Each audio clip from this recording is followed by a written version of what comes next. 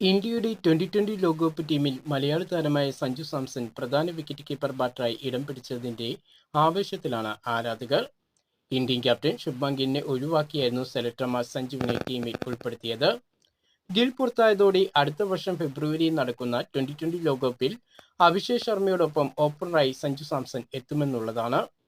ഇതോടെ അഭിഷേക് സഞ്ജു ഓപ്പണിംഗ് കൂട്ടുകെട്ടാകും വീണ്ടും ഇന്ത്യൻ ടീമിൽ ഉടലെടുക്കുക. എന്നാൽ ഇപ്പോൾ സഞ്ജു സാംസന്റെ ഓപ്പണിംഗ് റോളിന് എതിരെ അഭിപ്രായങ്ങൾ പുറത്തു വന്നിരിക്കുകയാണ്. 2020 ലോകകപ്പിൽ അഭിഷേക് ശർമ്മയുടെ ഓപ്പണറായി സഞ്ജു സാംസന് പകരമായി ഇഷാൻ കിഷനെ പരിഗണിക്കുമെന്നുള്ള ആവശ്യമാണ് ശക്തമായിരിക്കുന്നത്. സഞ്ജു ആരാധകരെ സംബന്ധിച്ച് ഈ ഒരു ആവശ്യം ഏറെ നിരാശ നൽകുന്നതാണ്. സഞ്ജുവിനെ കൂടാതെ ഇന്ത്യയുടെ ലോകകപ്പ് ടീമിൽ മറ്റൊരു വിക്കറ്റ് കീപ്പർ ബാറ്ററായി എത്തിയിരിക്കുന്നത് ഇഷാൻ കിഷനാണ്. ആഭ്യന്തര ക്രിക്കറ്റിലെ മികച്ച ബാറ്റിംഗ് പ്രകടനമാണ് ഏറെ നാളുകൾക്ക് ശേഷം ഇഷാനെ ഇന്ത്യൻ ടീമിൽ എത്തിച്ചിരിക്കുന്നത്.